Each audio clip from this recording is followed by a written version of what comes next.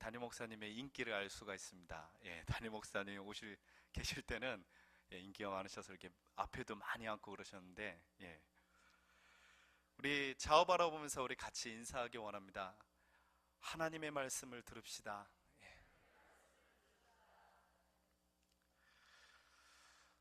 오늘 말씀을 준비하면서 굉장히 기도하고, 같이 한번 진지하게 같이 한번 고민해 봤으면 좋겠다라는 생각에 말씀을 드립니다.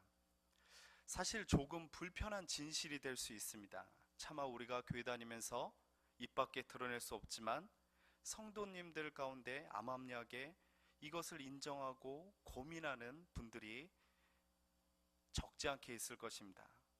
한 청년이 저에게 와서 진지하게 자기의 고민을 이렇게 묻는 것입니다. 목사님 생각은 어떠세요?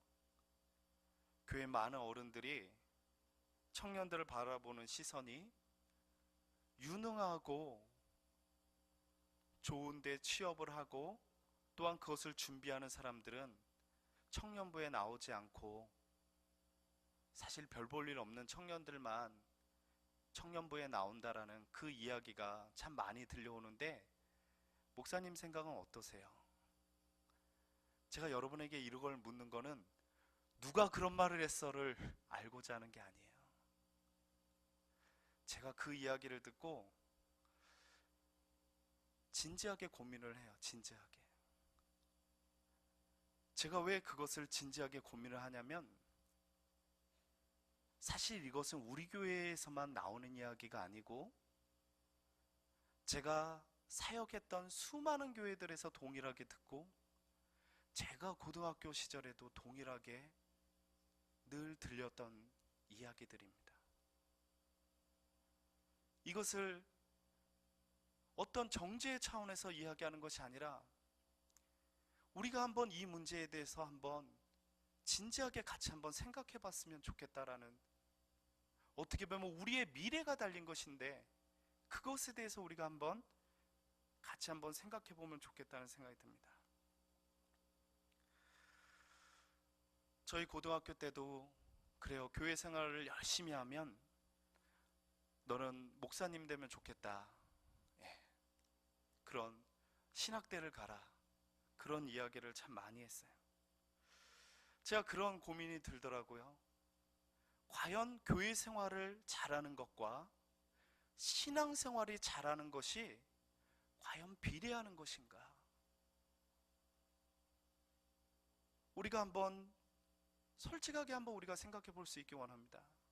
교회 생활을 잘하는 것과 신앙생활을 잘하는 것이 과연 동일하게 간다라고 이야기할 수 있는가? 우리가 교회 생활하면서 어른들이 이런 이야기를 합니다. 밖에서 노는 것보다 그래도 교회에서 노는 게 좋지. 교회가 마치 어떤 안전지대가 되는 것이죠. 그런데 제가 수없이 경험하는 것은 그렇게 밖에서 노는 것보다 교회에서 노는 게 좋지. 그랬던 그 고등부 학생들이 대학을 가면 교회에 잘 나오지 않아요. 이거는 저만의 생각이 아닌 것 여러분도 다 공감하시잖아요. 이것을 다 심각하게 느끼는 거 다 아시잖아요. 우리가 쉬쉬하지만 분명하게 이것이 심각한 거라는 거 여러분이 다 아실 것입니다. 그렇게 친했던 친구들이요 한둘씩 사라져갑니다.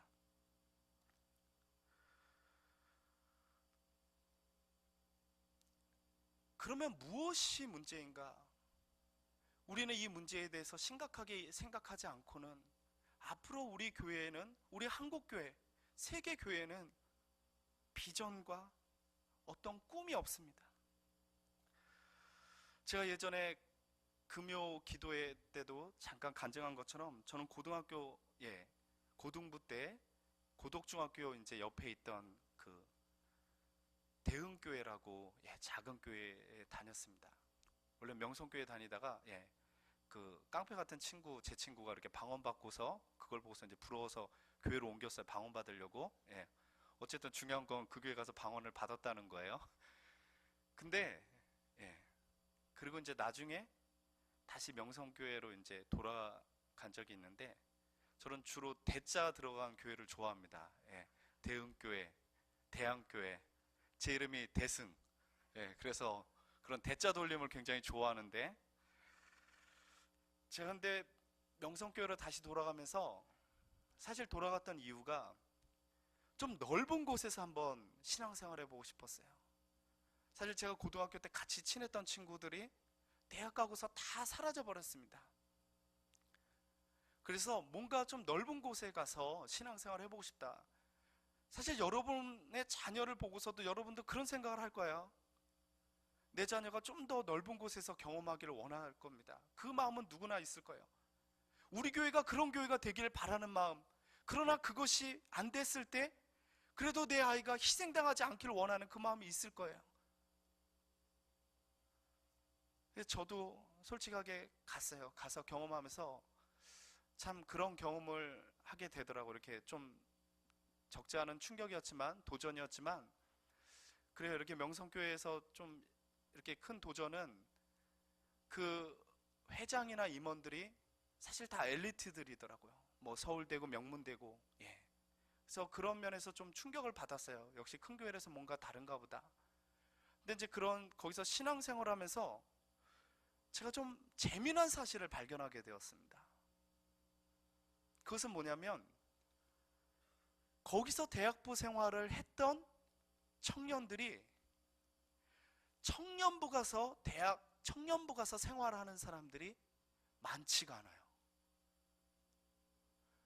그리고 주로 그러면은 대학부에서 생활했던 사람이 청년부에 누가 가 있는가 보니까, 재미난 것은요, 사회적으로나 사람들한테 볼 때 자기가 분명하게 내세울 거 있는 사람들이 그 자리에 있더라고요. 그러면 대학부 시절에 그렇게 교회 생활을 열심히 했던 청년들, 어느 정도로 열심히 하냐면, 대학부에서 우리가 매년마다 학예 선교를 합니다. 하선할이라고 해서, 지금의 아울리치예요. 아울리치를 준비하기 위해서는요, 2달 가까이의 시간들을 투자를 합니다. 그 준비를, 그러면은 여러분, 명성교회가 이름을 거론해서 죄송한데, 어쨌든 명성교회가 가장 모토로 하고 있는 게 무엇입니까? 오직 예수. 그리고 무엇을 가장 중요시 여기죠? 뭐로 유명해졌습니까? 명성교회가 새벽기도. 근데 제가 재미난 사실을 봐요. 이 청년들이 순수한 마음으로 신앙생활합니다. 새벽 예배를 지켜요. 그리고 저녁까지 있어요. 수요 예배를 지킵니다. 금요 예배를 지켜요. 그런데 그 안에서, 그러면 그렇게 신앙을 대학부 때 잘 지켰던 애들이 남아있어야 되잖아요. 누가 남아있는가? 결국에는 엘리트들만이 남아있는 거예요. 대형교회. 그러면 그 엘리트들은 어떻게 시간을 조절하는가? 그건 교회에서 조절해 준 게 아니었어요. 그건 부모가 조절해 준 거였어요. 그리고 그냥 순수한 마음으로 신앙생활했던 청년들을 교회에서 사는 거예요. 여기가 너무나도 좋아요. 저도 명석교회 다니면서 참 좋더라고요. 저도 별 볼 일 없는 대학에 다녔죠. 근데도 남자라는 이유 하나만으로 사랑을 받더라고요. 왜요? 남자가 귀하기 때문에. 오늘날 교회 현실이 그렇습니다. 남자가 귀해요. 남자라는 이유만으로 키가 그렇게 크지 않아도, 뭐 노래 잘하는 건 제가 이렇게 보일 기회가 많지 않았으니까, 제가 한번 대회 때 한번 이렇게 보인 적은 있어요. 알아주지 않다가 그 계기로 이렇게 인기를 얻었긴 했지만 남자라는 이유만으로 좋아하더라고요. 그때 당시에는 그게 좋았어요. 근데 시간이 지나고 나니까 갈라지는 거예요. 자기의 미래를 준비하지 않은 사람은 청년부로 올라가지 못하고, 그때서야 정신 차리고 이제야 뭔가를 준비하겠다고 교회를 안 다니는 거예요. 그리고 밖에서 유입되는 것입니다. 워낙 교회가 크니까 밖에서 유입되죠. 그 교회 대학부에서 청년부로 가는 사람들이 많지가 않아요. 제가 거기서 충격을 받는 거예요. 이게 뭐 하는 건가? 그러면은 정말 선교의 목적이 다른 교회에 다니는 사람들이 가는 게 선교의 목적인가? 진짜 우리가 한번 고민해 봐야 될 문제죠. 그때 당시에 왜 사역자는 공부해야 된다고 이야기하지 않을까? 그때 당시에 왜 사역자는 이 아이들에게 공부해야 되는 의미를 주지 않을까? 저는 그게 너무나도 이해가 되지 않는 거예요. 근데 제가 그런 생각을 하게 된 데는 어떻게 보면 여러분이 볼 때 제가 삐딱해 보일 수도 있습니다. 사역자가 어떻게 저런 생각을 할 수 있을까 할 수 있지만, 제가 그런 생각을 하게 된 데에는 제가 고등부에 다닐 때 참 저희 전사님 목사님이 이런 설교를 참 많이 하셨어요. 교회 생활을 열심히 하면 명문대를 갈 수 있고, 하나님이 지혜 주셔서 공부도 잘하고 명문대도 갈 수 있고 좋은 직업도 주시고. 저 나름도 열심히 했거든요. 제가 고등부 때 회장 2번 했죠. 고등부이면서도 교사를 했습니다. 제가 성경학교도 담당하고요. 너무나도 열심히 했어요. 그렇다고 제가 공부를 안 한 게 아니에요. 정말 죽으라고 공부했어요. 그럼에도 불구하고 저는 2번이나 낙방했어요. 너무 욕심을 부린 것도 있지만, 제가 명문대를 못 가서 여러분에게 자랑스럽게 이야기하지는 못합니다. 그러나 저도 정말 책상에서 그렇게 자면서, 그래서 디스크도 오고 그렇게 질병도 올 정도로 열심히 했어요. 근데 그때 그 열심은 공부를 왜 해야 되는지 의미를 알고서 공부한 게 아니에요. 그냥 하나님의 영광을 위해서 어거지로 한 거예요. 어거지로. 즐겁지 않았어요, 사실. 사실 이런 즐거움이 있었던 것 같아요. 내가 명문대를 가면 사람들이 날 인정해 주지 않을까? 이런 즐거움, 이런 상상. 그러면서 거기서 제가 그러고서 사실 호남신학대를 갔습니다. 그것도 삼수까지 해서 거기까지 가는 거에는 뭐 제가 여러분에게 뭐 어느 대학을 쳤다 뭐 이런 거는 이야기하고 싶잖아요. 근데 어쨌든 제가 가서 그게 궁금했어요. 정말 교회에서 가르쳐 주는 대로 하나님을 잘 믿기만 하면, 교회 생활 열심히 하기만 하면 하나님이 모든 거 다 해결해 주시는가? 정말 예수 그리스도는 그러면 공부도 안 하고 제자들은 공부도 안 하고 명문대를 다니지도 않았는데, 정말 하나님께서 하나님 잘 믿으면 하나님이 다 해주시니까 아무 문제 없으니까 교회 생활 열심히 하기만 하면 되지 않을까? 그럼에도 불구하고 이게 아닌 것 같은 거예요. 그래서 제가 성경을 연구하기 시작했습니다. 그리고 성경에 나온 위인뿐만 아니라 성인들을 연구하기 시작했어요. 우리가 알고 있는 어거스틴, 토마스 아퀴나스, 안셀름, 수많은 성인들, 그들은 공부를 안 했는가? 제가 너무나도 화가 났던 것은 사실 우리 목회자의 무지로 인해서 잘못 배웠구나를 깨달았어요. 정말 열심히 공부했습니다. 정말 열심히. 근데 그들이 공부한 목적은 하나예요. 하나님을 진짜 알기 위해서 공부했어요. 우리처럼 암기식으로 뭔가 출세하기 위해서 공부한 게 아니에요. 진짜 하나님을 알기 위해서 공부했어요. 철학을 공부하고 수사학을 공부하고 신학을 공부하고 음악을 공부하고 자연을 연구하고, 그 모든 학문의 근원이 하나님을 온전히 알기 위한 목적이었습니다. 그러면 예수님은 공부를 안 했는가? 예수님이 학교를 다녔는가 안 다녔는가는 성경에 나오지 않아요. 그러나 예수님이 당시에 학교가 없지 않았습니다. 베드하시퍼라는 이스라엘 그 당시에 유명한 초등학교들이 각 마을에 있었어요. 각 마을에 큰 마을 단위로 회당이 있었습니다. 회당 옆에 베드하시퍼라는 책의집이 있었어요. 거기를 통해서 책을 읽고 토라를 읽고 토라와 관련된 탈무드를 읽고 수없이 공부했습니다. 예수님이 성전에 가서 회당에 갔을 때, 그곳에 회당에 갔을 때 가장 먼저 관심 있게 혼자 갔던 곳이 어디입니까? 랍비들과 대화하기 위한 회당이었어요. 그 회당은 바로 이 학교예요. 학교. 거기서 랍비들과 토론을 한 것입니다. 이야기를 한 것입니다. 그리고 그 초등학교 교육이 끝나면 베드 함미드라시라는 그 다음 단계의 공부가 있어요. 그건 고등교육입니다. 그리고 랍비들이 하는 아카데미가 있었어요. 예수님은 그것을 굉장히 빠른 나이에 다 습득을 했습니다. 그것이 말씀 가운데서 곳곳에 그 힌트가 나타납니다. 랍비들과 이 대화하는 것이 너무나도 익숙했어요. 그것은 그냥 이루어지는 게 아니에요. 그 문화 가운데 너무나도 쉽게 그렇게 젖어 있었기 때문에 그렇게 가능했던 것입니다. 우리가 이스라엘이 성경만을 공부했다라고 우리는 착각을 할 때가 참 많아요.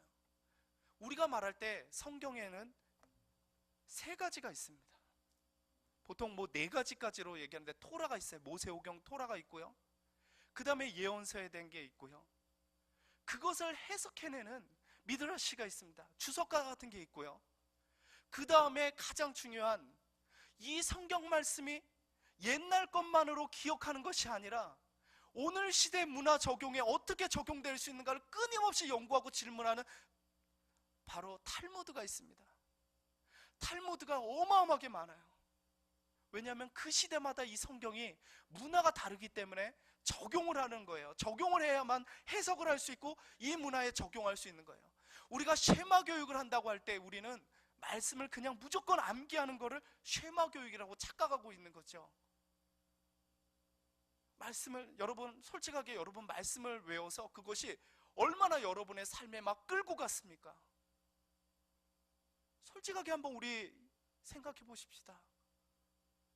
여러분이 외운 말씀이 얼마만큼 끌고 가요? 그것이 잘 안 끌고 다니기 때문에 여러분이 안 외우는 거예요. 그런데 옛날의 사건이잖아요. 이 아이들에게 옛날의 사건이 바로바로 와닿지 않습니다. 그것을 끊임없이 오늘의 사건으로 오늘의 지금 일어나는 사건과 계속 연관지어서 이야기해 주는 것, 그것이 바로 탈무드예요. 근데 우리에게는 탈무드가 없어요. 이스라엘의 그 탈무드를 배우자는 게 아니에요. 이 성경이 오늘날 한국 시대에 어떻게 적용될 수 있으며 어떻게 해석될 수 있으며 그것이 우리의 역사와 어떤 관련이 있는지 우리는 교회에서 끊임없이 질문하고 이야기하고 같이 나눠줘야만 됩니다.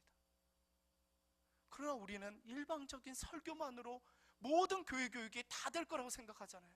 일방적인 성경 공부만으로, 공과 공부만으로 모든 게 해결될 거라고 생각하잖아요. 주입식으로 뭔가 이스라엘의 역사를 심어주잖아요. 그 아이가 그날 무슨 일이 있는지를 모르잖아요. 그 집에서 어떻게 그 아이가 나온지도 우리는 모릅니다. 그 아이의 전혀 마음 상태하고는 우리가 상관이 없어요. 그러나 이스라엘 사람들에게서 교육은요, 그 아이가 지금 어떤 상태인지를 바로 봐요. 그리고 그 아이가 그 상태에 있을 때 그 아이에게 관심을 갖고 그 아이에게 너가 왜 그런 것이 일어났는지를 묻습니다. 그 아이가 그 이야기를 하면 그것을 들어요.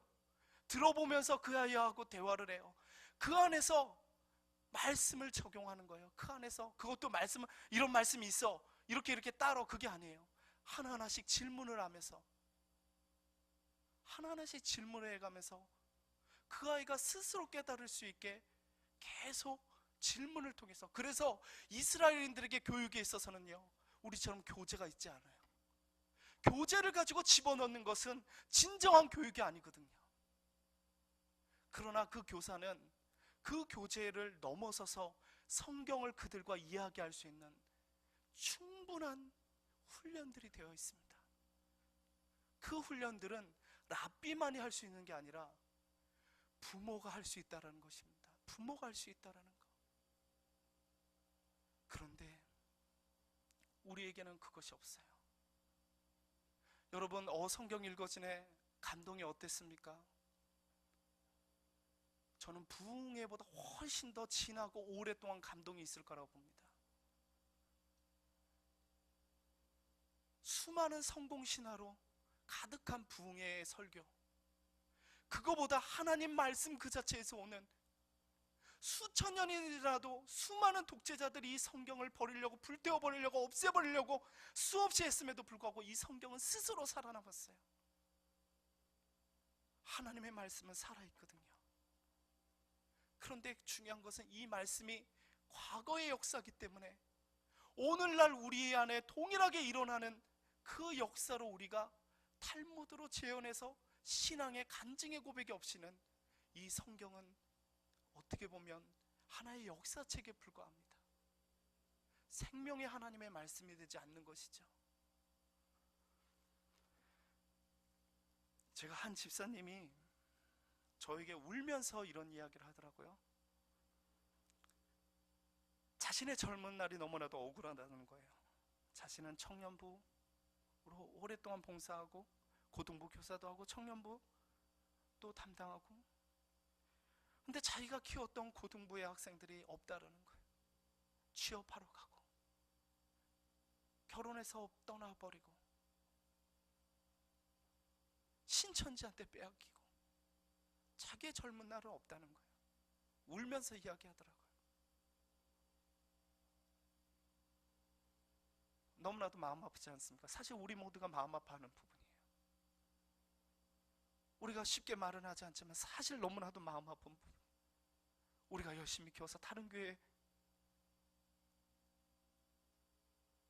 이것은 아니지 않는가? 진짜 이것은 아니지 않는가?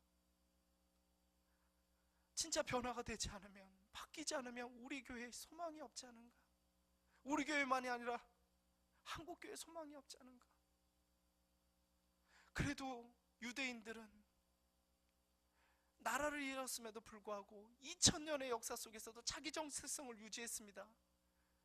상상이 안 되는 일들입니다. 상상이 안 되는 일이에요. 우리나라 100년만 나라가 전체 없어져 본다고 생각해 보시죠. 우리나라가 존속할까? 근데 2000년이에요. 2000년. 사실 2500년이죠. 그럼에도 불구하고 존재할 수 있었던 건 무엇인가? 그것은 단순하게 성경을 암송해서가 아니에요. 우리가 보통 쉐마 교육하면은요, 기본적으로 신명기의 6장 4절에서 9절의 말씀을 쉐마 교육이라고 합니다. 이스라엘에 들아 우리 하나님 여호와는 오직 유일한 여호와시니 너는 마음을 다하고 뜻을 다하고 힘을 다하여 내 하나님 여호와를 사랑하라. 오늘 내가 내게 명하는 이 말씀을 너는 마음에 새기고 내 자녀에게 부지런히 가르치며 집에 앉았을 때든지 길을 갈 때든지 누워있을 때든지 일어날 때든지 이 말씀을 강론할 것이며 너는 또 그것을 내 손목에 매어 기호를 삼으며 내 미간에 붙여 포로 삼고 내 집 문설주와 바깥문에 기록할지니라.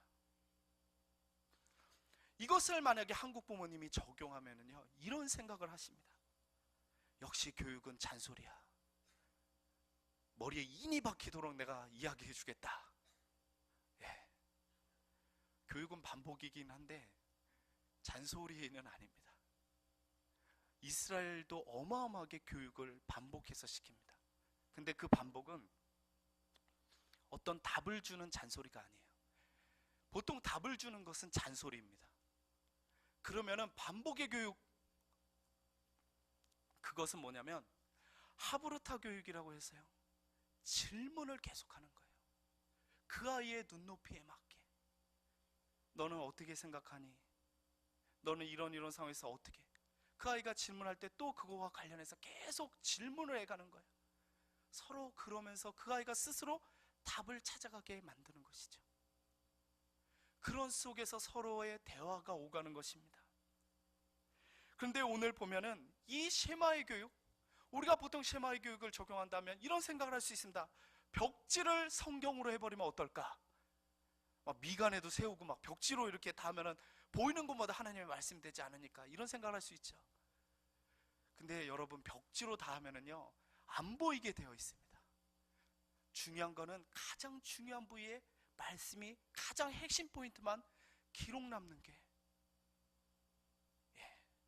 크게 말씀에 깊은 의미가 있는 것이죠.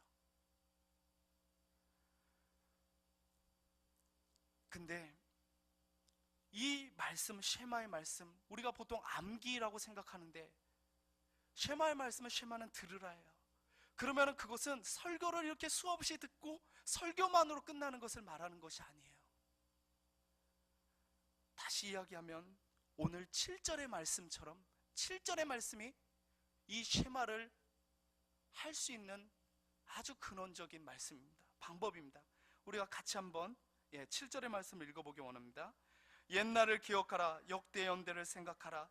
내 아버지에게 물으라. 그가 내게 설명할 것이요 내 어른들에게 물으라. 그들이 내게 말하리로다.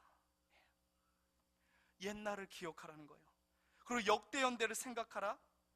이거는 어떻게 보면 역사 공부입니다. 내 아버지에게 물으라. 그가 내게 설명할 것이요. 물으라는 거예요. 물으라는 겁니다. 그것이 이스라엘의 교육의 하브루타예요. 서로 친구들끼리 서로가 서로에 대해서 서로 묻는 거예요. 끊임없이 묻는 거예요. 그 물음 속에서 어떻게 보면 논쟁 같지만 그 논쟁 속에서 지식이 서로 공유되어지는 것입니다. 우리나라 사람은요, 대화를 하다 보면 언성이 높아집니다. 그리고요, 어긋나서요, 사람을 비아냥거리는 조롱을 합니다. 이렇게 언쟁을 하다가 못 이길 것 같으면 지는 대학도 못 나온 게 이렇게 언쟁으로 이렇게 논지하고 안 맞게 다른 데로 빠져요. 그리고 막 목소리를 막 내고 너 어디 어른한테 말대꾸야? 막 이렇게 바뀝니다.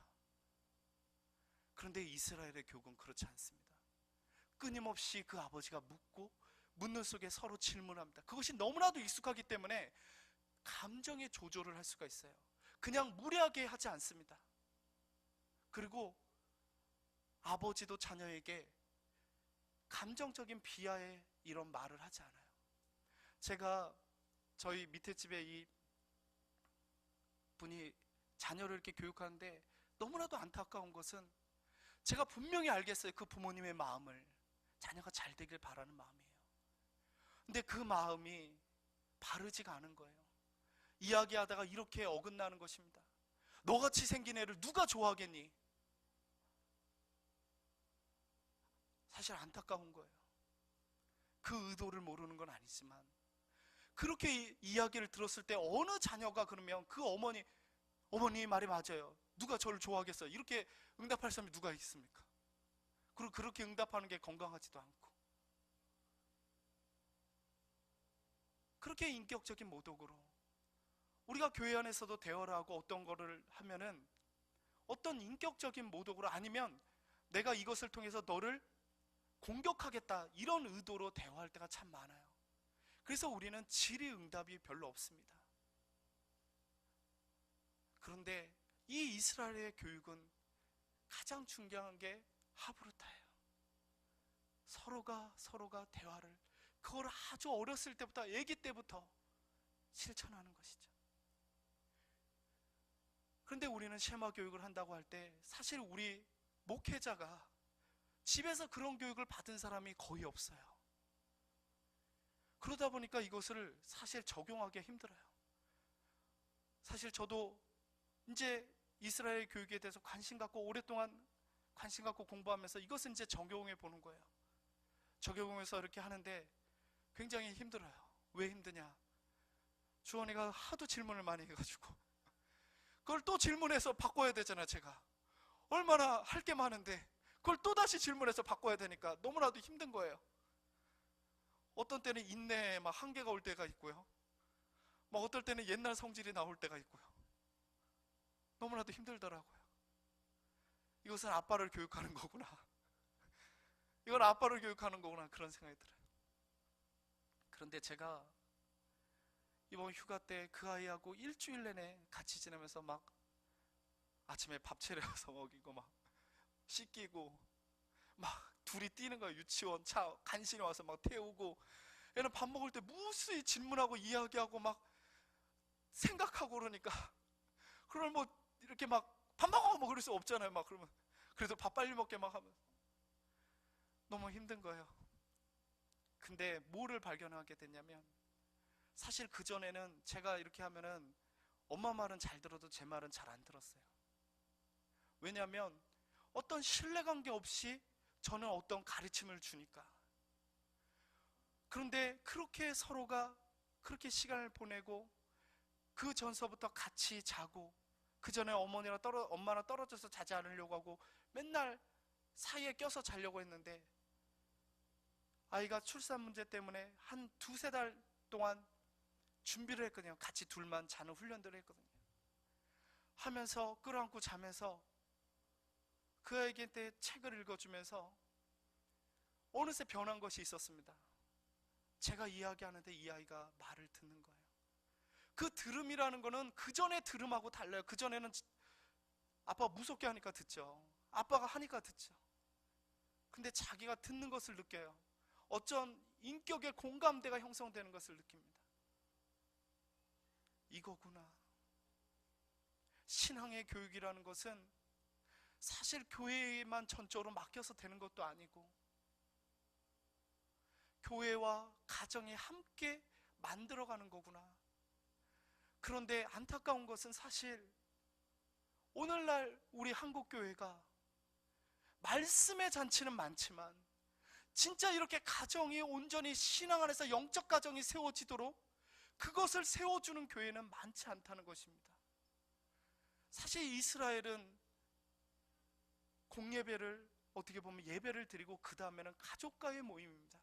근데 그 가족과의 모임을 가장 중요하게 그 아이들은 생각한다는 것입니다. 그게 얼마나 놀랍습니까?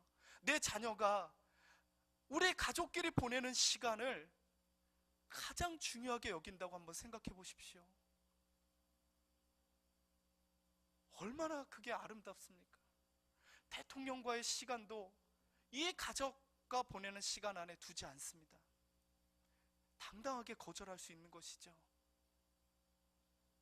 그런데 이스라엘은 그것이 나라 전체적으로 뿌리가 되어 있기 때문에 그게 가능하고, 사실은 우리나라 입장에서는 참 힘들어요. 그러나 우리가 이 시대가 점점점 바뀜에도 불구하고 오직 기독교가 살아남을 수 있는 유일한 길은 바로 가정을 통해서 신앙이 전수되도록 교회가 세워주는 것 외에는 사실 다른 길이 없습니다. 우리가 잃어버린 것은 그것입니다. 이 탈무드의 교육과 이 하브르타의 그 이스라엘의 교육을 우리는 잃어버린 거예요. 왜 그것을 잃어버리게 됐냐면 예수 그리스도의 복음이 들어오고 난 뒤에 이제는 예수님의 제자들이 이방 선교를 하게 되었어요. 이방 선교를 하다 보니까 이방인들에게는 그 문화가 없는 거예요. 이들에게는 다른 사람에게 복음을 전하는 것은 훈련되지만 이 이스라엘 사람들이 오랫동안 복음을 가정 안에서 지켜나가려고 했던 그 하브르타 교육은 없는 거예요. 가정의 신앙 교육은 없는 거예요. 그러니까 다른 사람에게는 복음을 전하는데 정작 가정 안에서는 복음을 전하지 못하는 거예요. 자녀에게는 복음을 전하지 못하는 거예요. 그러니까 교회가 사라져버리게 되는 거지. 로마 시대에 그 엄청났던 기독교, 로마의 도로를 통해서 전 세계에 복음이 흘러갔던 그 기독교가 유럽을 통해서 전해지고, 유럽이 무너지면서 그 다음에 미국을 통해서 전해지고, 이제는 미국이 흔들려가면서 한국을 통해서 전해지고, 이제는 한국 사회가 흔들려가는 것이죠.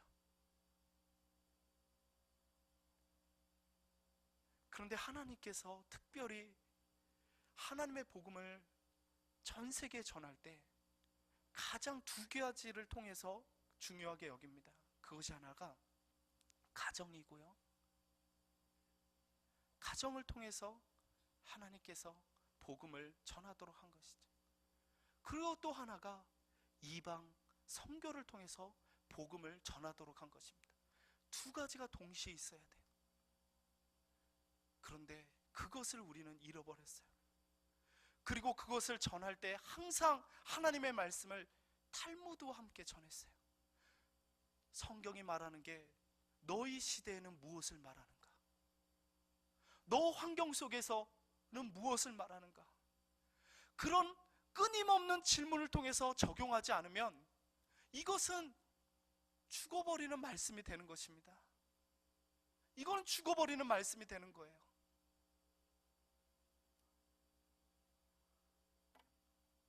대학생들이요, 교회에서 그냥 하나님이 잘 믿고 교회 생활 잘하면 복 준다라는 그 부흥 강사들의 그 논리로 그렇게 우리가 가르쳤어요. 그런데 대학을 가니까 철학을 배워요. 수많은 학문을 배워요. 과학을 배워요. 성경이 우스워 보이는 거예요.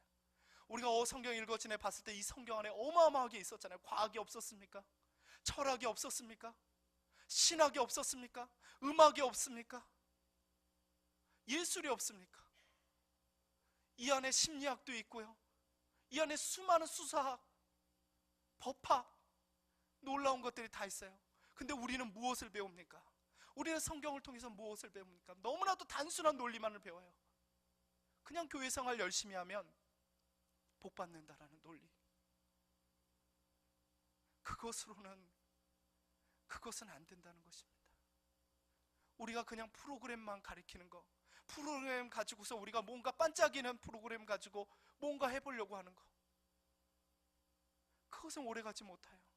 전도 폭발, 부흥 강사의 말씀, 이것은 오래가지 못해요.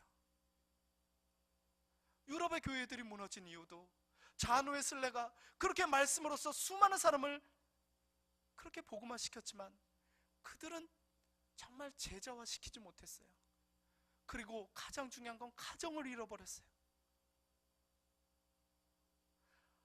그런데 하나님께서 또한 하나님의 말씀을 어떤 방식으로 가르치냐면 역사와 삶을 통해서 가르칩니다. 하나님의 말씀이 가장 중요하다는 사실을 이스라엘 백성들이 자꾸만 망각하는 거예요. 오늘 보면은요, 우리 같이 한번 12절 한번 읽어보기 원합니다. 여호와께서 홀로 그를 인도하셨고 그와 함께한 다른 신이 없도다. 이것이 이스라엘의 정체성입니다. 이스라엘의 정체성, 신앙의 정체성, 어떠한 신이 없다라는 거예요. 그런데 이것을 이스라엘 백성들이 망각했을 때 이스라엘 백성들에게 하나님은 가혹하게 전쟁, 기근, 수많은 질병을 통해서라도 이들의 잘못된 신앙을 바로잡았어요. 우리는 교회만 나오면 된다. 그 속에서 우리는 그 아이가 어떻게 예배를 드리든 어떻게 그가 행동을 하든 우리는 방관할 때가 있어요.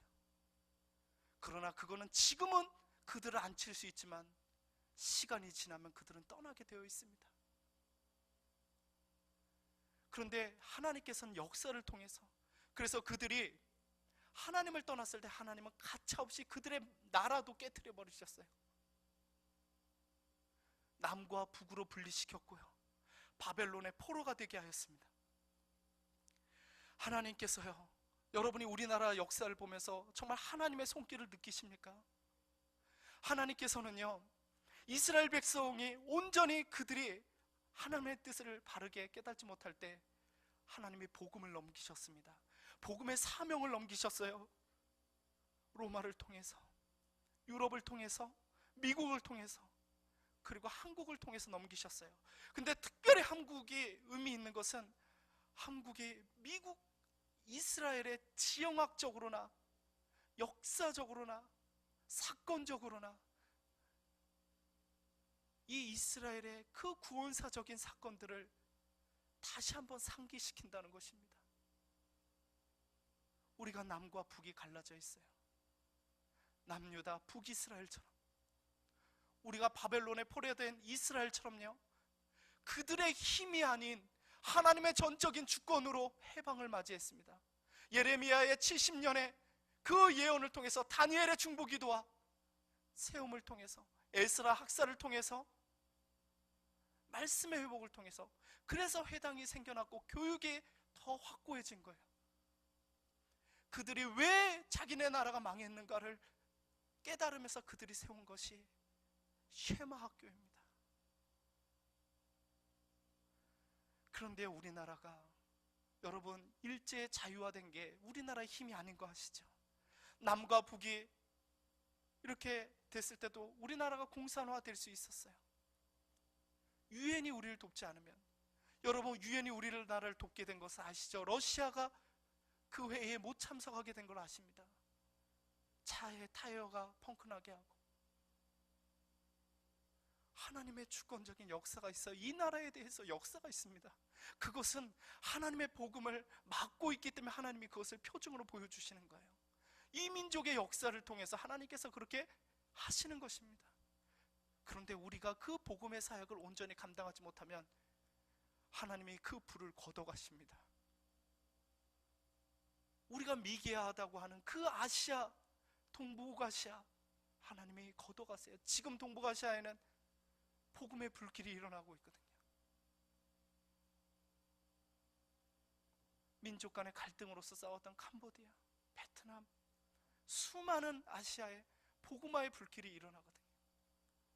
하나님이 우리나라를 쓰시는 데는 구원사적인 관점에서 하나님의 중간에 이 전 세계에 보여주고자 하는, 이 성경에 증명된다는 사실을 보여주고자 하는 하나님의 놀라운 계획이 있는 거예요.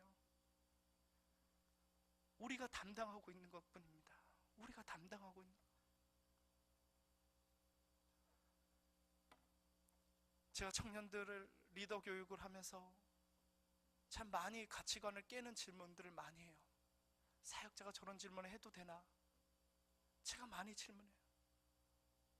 여러분, 크리스찬들이 술을 먹어서 됩니까? 안 됩니까? 우리는 안 됩니다라는 답밖에 없어요. 그러면 안 먹었을 때 무엇을 해서 해결할 수 있습니까? 라는 질문은 없습니다. 그냥 먹지 마, 하나의 답밖에 없어요. 그러나 정말 고민하는 크리스찬들은요, 내가 술을 안 먹는 대신에 무엇으로 이 사람들과 사회관계를 맺으며 내가 이들에게 어떻게 복음을 이 직장에서 전할 수 있을까? 그들의 필요를 찾고 그들과 관계를 맺으면서도 술을 먹지 않지만 그들을 위해서 노력을 하고, 술을 다 먹고 난 뒤에 그 사람들을 다 픽업을 해주고, 그런데 그런 크리스찬에게 이 믿지 않는 사람들이 연말에 30만 원이나 되는 상품권을 주더라는 거예요. 고맙다고.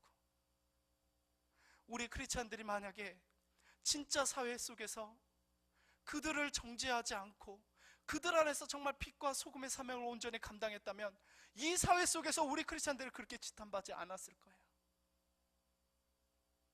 우리가 다시 한번 생각해 볼 수 있지 않습니까? 이래야만 된다는 당위 말고 정말 하브루타 교육처럼 그거 외에는 방법이 무엇인가? 정말 크리스찬에게 원하는 것이 무엇인가? 이 세상 사람이 크리스찬들에게 원하는 것이 무엇인가? 그것을 우리가 고민해 볼 수 있잖아요.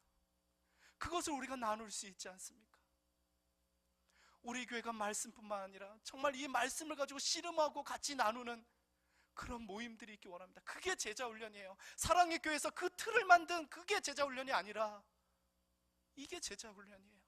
제자훈련은 성경 안에 있었어요. 이스라엘 역사 안에 있었습니다. 하브루타 교육으로 우리 교회가 돌아갈 수 있기 원합니다. 정말 가정을 세울 수 있는 교회. 그래서 우리 결혼한 부부들, 안타깝죠? 정말 안타깝습니다. 결혼한 부부들이 내 자녀를, 내 신앙을 이 교회에 맡기고 싶다, 맡겼으면 좋겠다. 믿지 않은 사람들이 내가 비록 신앙은 없지만 여기에 맡기면 내 자녀가 잘 클 것 같고 바르게 클 것 같고 이 타락한 시대에 그래도 내 자녀가 바르게 클 것 같고, 그런 교회가 되기를 소망합니다. 정말 그것을 위해서 우리가 같이 한번 울면서 기도하기 원합니다. 준비하기 원합니다. 우리 교육부가 정말 그것을 준비하기 원합니다. 늘 그냥 여름 강습회 무슨 프로그램 찾을까 막 허덕거리면서 그런 게 아니라 우리 안에서 정말 중요한 본질을 찾기 원합니다. 우리 교회 안에서, 이 문화 안에서 어떻게 우리가 만들어갈 것인가, 그것을 고민하기 원합니다. 그것만이 저는 살 길이라고 봅니다. 함께 기도하면서 원래 성경에서 나온 그 방식대로 하나님의 가장 복음을 오랜 역사 동안에 일으킬 수 있도록 성경에서 끊임없이 우리에게 훈련해주는 그 방식대로 우리가 본질로 돌아갈 수 있기를 간절히 축원합니다. 그것만이 우리 교회가 살 길이요, 그것만이 한국교회가 살 길이요, 그것만이 전세교회가 살 길입니다. 우리가 다시 한번 이 쉐마로 돌아갈 수 있는 우리 모두가 되기를 간절히 축원합니다. 우리 주신 말씀을 생각하면서 같이 한번 기도하기 원합니다.